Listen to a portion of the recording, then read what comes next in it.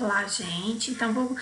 Agora a gente vai começar o tema de planejamento estratégico, mas antes do planejamento estratégico, eu costumava fazer uma brincadeira em sala de aula, uma dinâmica, que eu vou relatar aqui para a gente pensar sobre isso, né?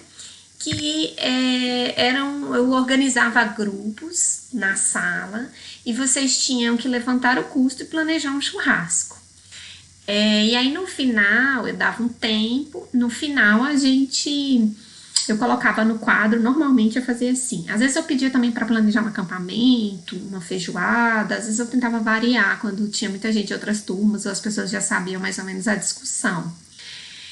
E aí no final eu colocava no quadro os grupos, né? Grupo 1, grupo 2, grupo 3, o valor estimado desse churrasco e o que tinha de principal nesse churrasco. E qual era a questão, né? Por que eu fazia isso? Além de vocês gostarem, porque é uma coisa divertida, é muito da nossa cultura, né? Se reunir, fazer um churrasquinho, não agora, mas em geral é comum. E aí a gente discutia algumas questões fundamentais, né? Por exemplo, ninguém sabe exatamente o que vai acontecer no dia do churrasco, mas quão antes a gente pensa sobre isso, a chance de o churrasco ser mais bem organizado, melhor. Então, eu sempre brincava em vários pontos, né? Quem aqui já foi no churrasco e foi mal servido? E muitas vezes acontece de você estar num churrasco e ter muita carne, mas está faltando carne na mesa. Ou a carne está mal passada, ou muito, ou pouco, ou sapecada, enfim. Quem aqui às vezes vai no churrasco e tem muita bebida, mas a cerveja tá quente. Enfim, então é para discutir vários elementos, né? Que não é só você comprar muita coisa, você cuidar do detalhe. O detalhe é tão importante quanto o principal, muitas vezes, porque ele pode precarizar todo o elemento. Não quer dizer que o churrasco necessariamente é ruim ou bom por isso, porque as pessoas costumam fazer muita diferença, o clima da festa. Mas se você convida muita gente e não tem cadeira, então esses eram pontos que eu vou observar no planejamento, as pessoas consideraram os detalhes, sal grosso, quem vai assar, local. Por quê? Porque churrasco para 100 pessoas não é essa reuniãozinha que a gente faz informalmente, é muita gente. E a ideia era realmente deixar em aberto, eu não ficava dando dicas, eu deixava vocês aleatoriamente decidirem. Porque também, às vezes a gente tentava assim, teve churrasco de 1.800, 1.500 a 25.000. Então, assim, teve grupo que ia contratar Google Boys, ia contratar banda, enfim. E quem tá certo e quem tá errado? Não é essa a questão.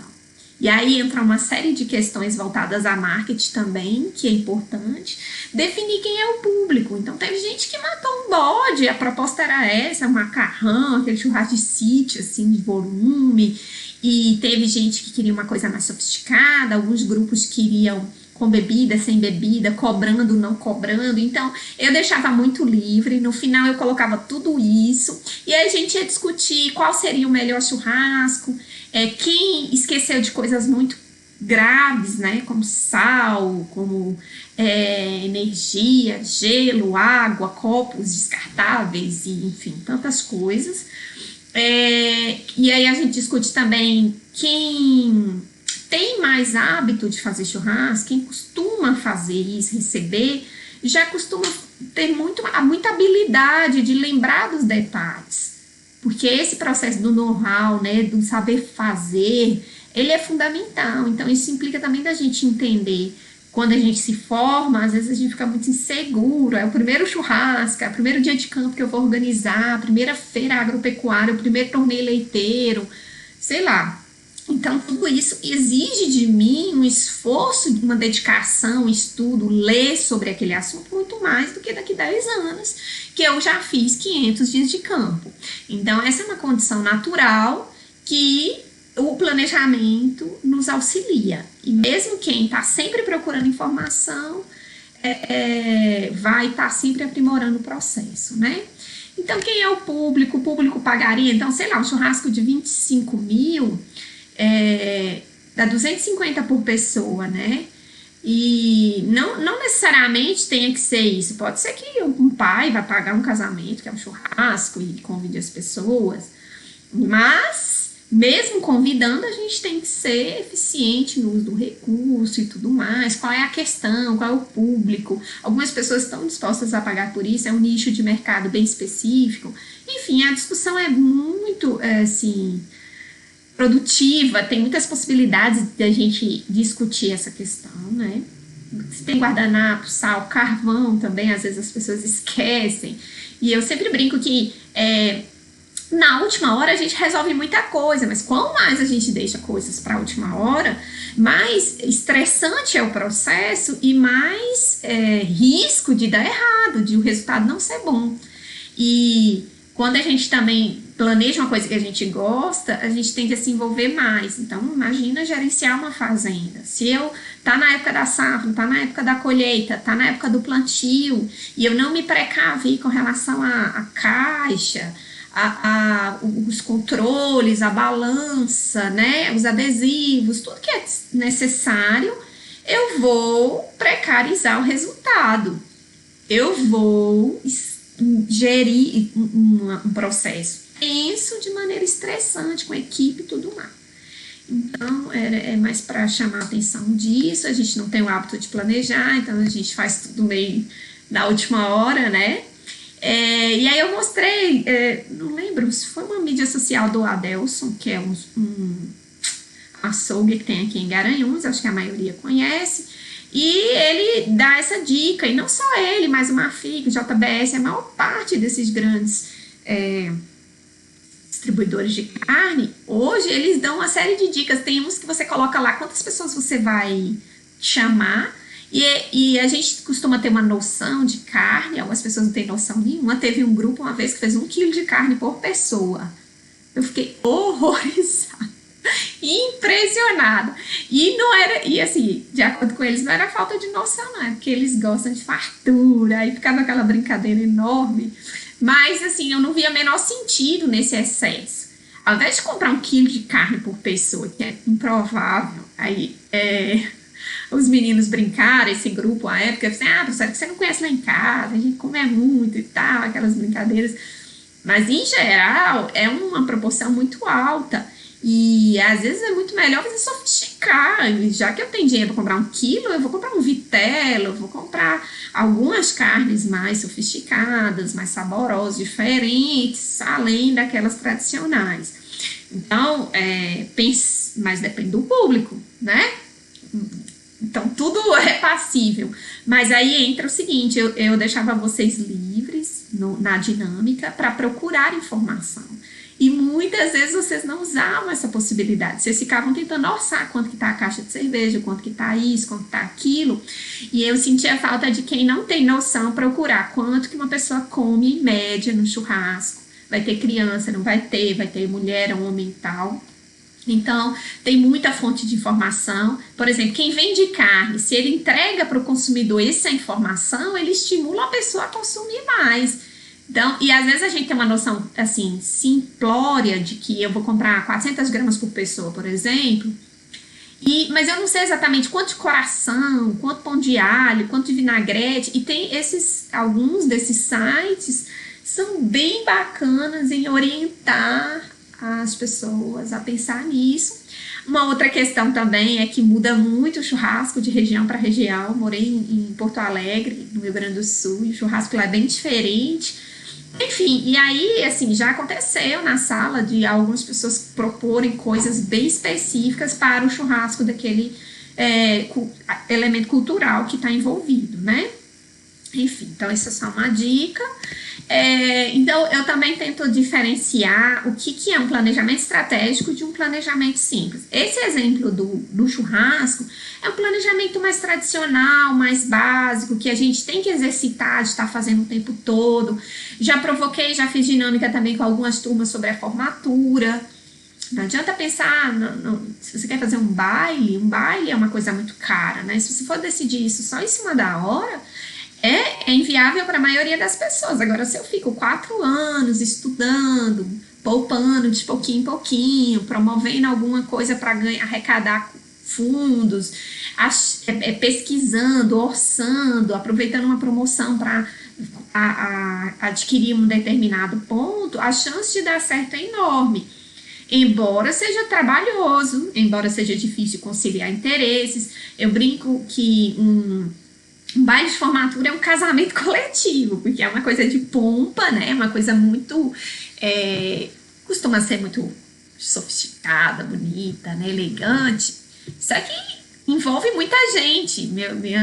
Meu baile foi muito atípico, não é comum aqui, mas era a universidade toda, né?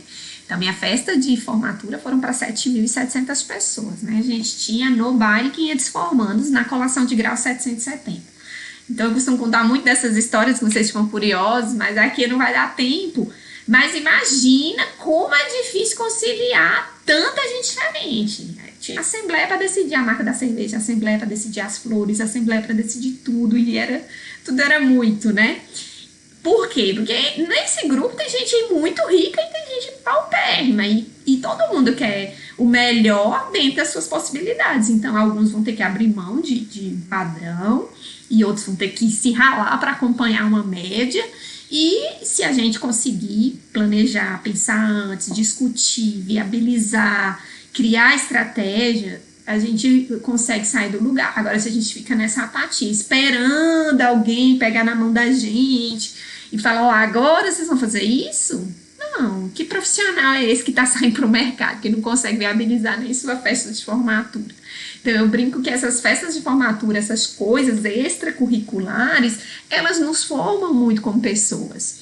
Porque a gente aprende a resolver pepino, resolver conflito, gerir dinheiro, vender, colocar a cara a público para resolver as coisas, né? Então, essa brincadeira do churrasco, que às vezes das comissões de formatura que eu faço, são mais no ponto de vista do planejamento operacional e não necessariamente estratégico, tá?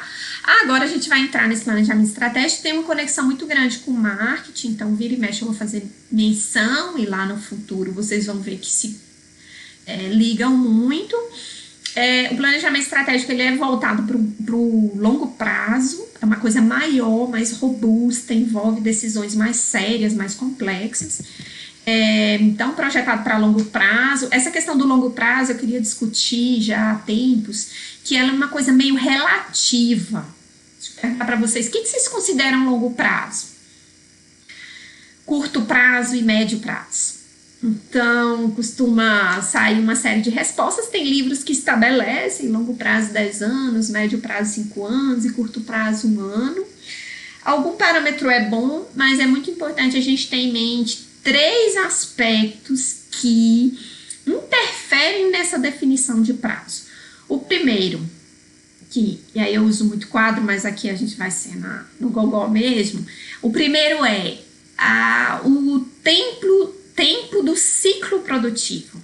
Vamos imaginar se eu produzo hortaliça, eu tenho em média, sei lá, me ajudem em 3 meses, né, de ciclo, entre plantar e colher. Se eu produzo eucalipto, eu tenho, né, 6 anos, se não me engano, de ciclo produtivo.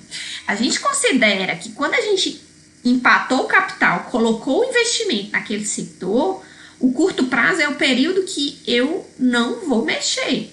Então, se eu plantei 1.000 hectares de eucalipto e com 5 meses eu quero fazer um parque aquático ali, a pessoa é livre a fazer o que quiser, mas do ponto de vista econômico, a gente não mexe. Então, planejamento estratégico, que envolve uma mudança talvez radical de produtor de pinos para dono de parque aquático, é de longo prazo. Então, agora eu vou só considerar mexer no meu sistema quando eu colher esses eucaliptos daqui 6 anos, se eu acabei de plantar, né?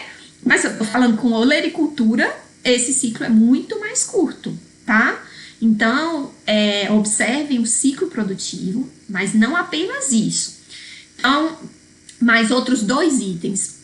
É especificidade de ativo. O que é isso? Quão os ativos, a minha estrutura é específica para produzir aquilo. E investimento de capital. Um exemplo que é muito bom é o de granja, que é integrado e tal, né? O galpão de produção de frangos, por exemplo. O ciclo é relativamente pequeno, né? 48 dias, por aí. Podem fazer menções de erro nos comentários, por favor, mas vou imaginar lá 50, 60 dias um ciclo. Só que aí eu assumi o financiamento de um galpão de 500 mil reais a R$1 milhão. Eu posso considerar que o meu ciclo é estritamente, o meu longo prazo é estritamente voltado a esse tempo do ciclo? Não, porque para pagar esse capital investido, eu vou precisar de muitos ciclos. Então, o quão alto, quão custoso e o quanto eu preciso de ciclos para reaver o dinheiro investido implica no que eu considero curto prazo e no que eu considero longo prazo. Então, eu vou deixar de produzir avicultura nesse galpão depois que eu conseguir pagar a dívida que eu assumi com ele. Então, esse é um ponto. Então, por vezes é 10 anos, por vezes é 5 anos, enfim. Então, vejam, tem que observar, cada caso é um caso. E um outro elemento que mexe com essa análise é o que eu estava falando da especificidade de ativo. Que, por exemplo, no caso de um galpão de frango, o que dá para fazer? Vou imaginar, eu comprei esse galpão por 500 mil, tô pagando, né? E eu tô insatisfeita com a atividade, não tá rentabilizando, eu não tô conseguindo me organizar. Eu poderia fazer uma troca, passar a produzir outra coisa nessa minha estrutura. Para algumas coisas é fácil mexer, para outras é mais difícil. Por quê? Porque os ativos são muito específicos, muito próprios para aquela atividade. Então, o que eu consigo fazer num galpão de frango, né? Que outra atividade eu consigo executar ali? É pouca coisa. Então, às vezes eu viro um armazém, quando tá meio abandonado, né? Mas para outro sistema de produção, a gente faz adaptação para a suinocultura, porque tem uns alunos que eu sempre provocava muito em sala, falava, não, professora, dá para fazer forró. Beleza, faz um bar, né? Se você conseguir rentabilizar esse forró, tudo bem. E se tiver público no entorno, tem que olhar tudo isso. Mas, em geral, os ativos para a avicultura são muito específicos. Isso nos engessa, isso nos dificulta. Inclusive, gente, quando vocês forem fazer um investimento, observem isso. Se aquele investimento me dá margem para fazer trocas no futuro, quando o mercado não estiver muito bom. Se ele é muito específico, ele tem que rentabilizar bem, ele tem que ter algum grau de segurança, risco baixo, porque eu fico presa naquele sistema de produção. Um exemplo de um ativo pouco específico é gado de corte extensivo. Vamos lá, eu tenho uma fazenda de 200 hectares e eu produzo gado de corte, engorda de boi. E é extensiva, é a pasto. Eu tenho no máximo um curralzinho para vacinar esses animais, para manejar os animais. Mas assim, eu posso trocar essa fazenda por caprina e ovino, eu posso plantar eucalipto, eu posso plantar alface, eu posso... Veja que o sistema não tem uma estrutura que me limita ou me restringe demais para continuar com o gado de corte até pagar essa fazenda. Porque a fazenda pode ser usada para outras coisas, ok? Ou diversificada e tudo mais. Então, essa definição de curto, médio e longo prazo, vale a pena considerar e analisar esses 3 elementos. O planejamento estratégico, ele é voltado para a empresa, dentro dela, internamente. Então, os funcionários, o sistema de produção, o que tem lá dentro e o ambiente, e tudo que está fora. E a gente vai ter muitas aulas sobre ambiente. Elas são aulas relativamente superficiais, assim, porque cada empresa está num ambiente diferente. Então, eu vou provocá-los. Gente, não deixem de observar os ambientes. Isso eu já venho fazendo, né? Porque uma empresa não vive isolada da sociedade, você vai lá e domina. A análise de cadeia produtiva tem muito a ver com essa análise de ambiente. Ali é dentro de uma cadeia única. Aqui a gente, além dessa cadeia que a gente tá, a gente tem que olhar os concorrentes, na sua perspectiva, as mudanças de valores da sociedade, mudanças tecnológicas que não necessariamente são da cadeia, mas que interferem, mudanças políticas, né? Olha quanta coisa interfere cada vez mais, né? Então, envolve a empresa e seus ambientes, a gente vai falar bastante disso. Envolve a empresa como um todo, porque as mudanças podem ser amplas. Desenvolvida no nível institucional, que é global, tá?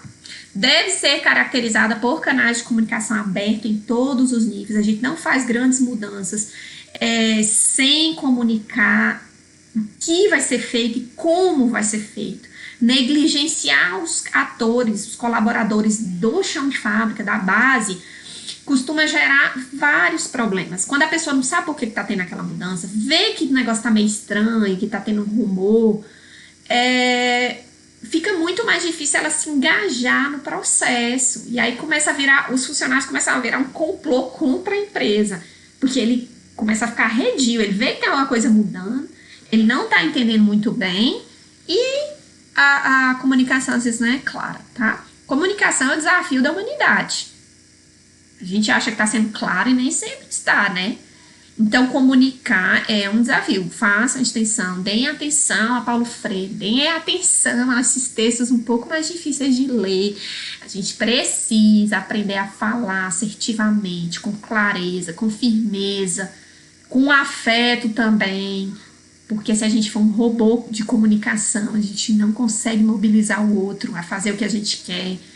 A gente tem que conseguir transformar uma coisa complicada numa coisa simples. Pessoas inteligentes conseguem fazer isso. Claro que se eu estou tratando com um técnico, eu vou usar o jargão daquela área, aquele dialeto ali muito específico. Mas se eu estou me comunicando com alguém que não é da área, o bom, que entende, consegue explicar uma coisa complexa de forma simples. Tá? Então, comunicação, às vezes eu tenho que falar mais de uma vez, inúmeras vezes, eu tenho que mostrar, eu tenho que desenhar, não é tirando onda, não. Eu tenho que estar... Se eu ficar sempre explicando do mesmo jeito, a mesma coisa, do mesmo jeito, às vezes eu não consigo gerar a compreensão do outro, tá? Então, treinem isso, observem muito pessoas que vocês admiram em termos de comunicação, acompanhem agrônomos em dias de campo, observem como que ele é, como que ele se comporta, como ele consegue expressar o que ele pensa, né? Então, essa é uma questão. E deve considerar todos os fatores que constituem o comportamento da empresa: a equipe, o estilo, a qualificação, a estrutura organizacional, a cultura, o hábito. Existe muita apatia, as pessoas são dinâmicas, o que é comum ali. A gente, às vezes, é muito técnico e, novamente, desconsidera essa questão da relação, tá? Essa é uma estrutura, inclusive, eu esqueci de comentar que existem críticas ao planejamento estratégico, porque ele é uma coisa meio ultrapassada, as empresas de inovação hoje não trabalham mais com essa metodologia, eles trabalham com metodologias ágeis, o Sprint, o Scrum, enfim, uma série de outras que eu acho que a gente já comentou, mas também vou falar rapidinho. Então, se vocês forem trabalhar numa agritech, uma startup do agronegócio, vocês não vão fazer planejamento estratégico.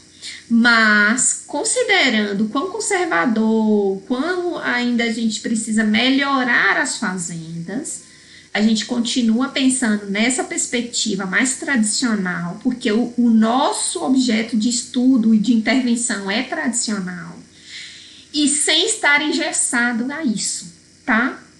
É só uma noção para vocês de que isso existe. Se vocês já sentirem que dá para avançar, vocês têm que buscar metodologias mais ágeis, mais rápidas de mudança, tá?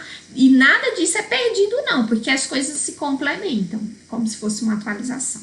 Então essa é uma estrutura, ela não é rígida. Inclusive, por exemplo, uma coisa que eu costumo falar, não, às vezes a gente define o objetivo, sei lá, eu quero que a minha fazenda produza 1.000 litros. E aí, quando eu vou fazer um diagnóstico interno e externo, eu vejo que minha fazenda não tem condição de produzir 1.000 litros, porque ela só tem 5 hectares. Estou exagerando aqui, mas assim, a gente pode definir o objetivo aqui antes, Mas a gente só vai bater o martelo que esse objetivo é viável depois que a gente conhece em profundidade os elementos da fazenda, não apenas a área, mas a genética, o capital, o aporte de volumoso e tudo mais. Então, ou em qualquer outra área, se eu tenho máquina, se a região tem agroindústria para adquirir aquele produto que eu tenho. Então, vejam que isso tem mudanças. Então, primeiro a gente tem que sensibilizar o dono da fazenda, essa é outra coisa.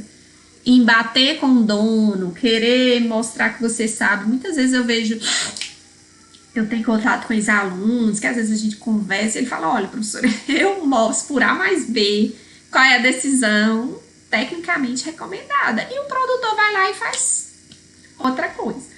Então, esse é um desafio, né? Tem até uma teoria que chama teoria da agência, que ela impacta muito as fazendas. A teoria da agência, ela diz que as pessoas misturam propriedade com autoridade. Eu sou dono, eu que decido. Só que às vezes o dono, ele não é a pessoa que entende do sistema. E às vezes ele até contrata alguém técnico para validar as decisões muito pessoais, né? Que não são as melhores. Então, essa capacidade persuasiva, por isso que a gente tem que aprender a vender, a gente tem que aprender a vender as nossas ideias, a gente tem que aprender a persuadir, não no mau sentido, tá? Tô partindo do princípio, todo mundo aqui é ético, mas a persuadir para o bom, para o que é certo, porque se eu também não convenço de que aquilo é bom, se eu não consigo mostrar, evidenciar o porquê daquela mudança na minha empresa, eu posso ser muito bom, mas eu tô deixando a desejar no elemento de esclarecimento, de comunicação novamente, tá? Então, essa sensibilização aqui de por que eu preciso mudar isso, por que isso é importante, é a chave das mudanças. Se eu não consigo fazer isso, eu posso ter um planejamento mais lindo do mundo, cheio de gráfico, de infográficos, de tudo, na gavetinha, e esse trabalho todo não serviu de nada, porque eu não soube vender a minha ideia, tá? Então, a gente vai falar um pouco disso, tá? Basicamente é sensibilizar, mostrar a importância, ver o que precisa, olhar para dentro. A gente vai fazer análise de FOFA, né, a matriz SWOT, vamos ver os concorrentes, ver o ambiente que eu estou inserido e para começar a implementar essas mudanças, tá? Então, essa é uma introdução, a gente vai começar com o ambiente no próximo vídeo. Até mais!